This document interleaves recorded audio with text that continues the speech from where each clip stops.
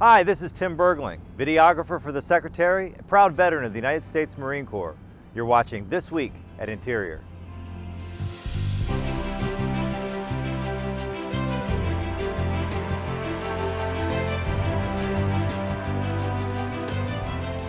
This week at Interior.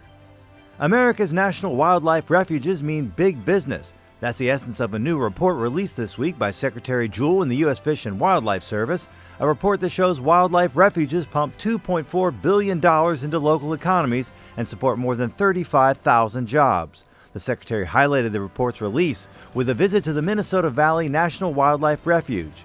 The Secretary calls the nation's 561 refuges the world's greatest network of lands dedicated to wildlife conservation, but also noted the bang they get for their buck. Basically, in a real simplified way, for every dollar spent in the National Wildlife Refuge system through the Fish and Wildlife Service, it returns $5 just in economic activity. And that's not looking at what it returns to our children, what it returns to our ecosystems, not just what you see on the surface, but what lives with us in this country that makes this America the beautiful. And what we're doing right here in the Minnesota Valley National Wildlife Refuge is a great illustration of America the Beautiful right in an urban area. 46 million visitors from across the country and around the globe flock to the refuges annually, supporting local restaurants, hotels, and other businesses. The National Wildlife Refuge System is the largest network of land set aside for wildlife, with at least one refuge in each of the 50 states. Together, they number more than 150 million acres. After leaving Minnesota, the Secretary headed for California to launch her initiative to get a new generation involved with public lands through education, employment, and volunteer work. In San Francisco, the Secretary kicked off the public-private initiative to expand opportunities for millions of young people and joined local Conservation Corps members for a service project at the Golden Gate National Recreation Area.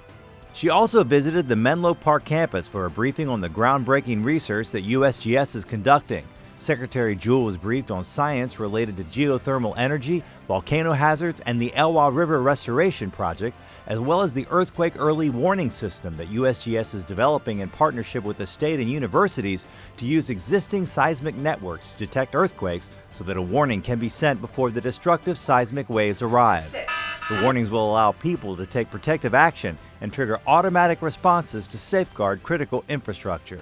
The National Park Service is one of the interior agencies throwing open their gates this Veterans Day weekend. The Park Service is joining Fish and Wildlife, the Bureau of Land Management, and the Bureau of Reclamation to celebrate the nation's men and women in uniform with free admission to all U.S. public lands November 9th, 10th, and 11th. And Secretary Jewell gave a shout out to the Interior employees who have served or are serving in uniform. In a recorded message, the Secretary said veterans at every level of Interior provide great job skills that spell success. We're ready to help those in the reserves and the National Guard transition out and back into our workforce.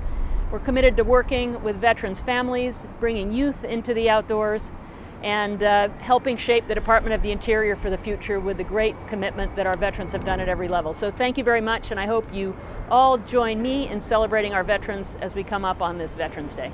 That's This Week at Interior.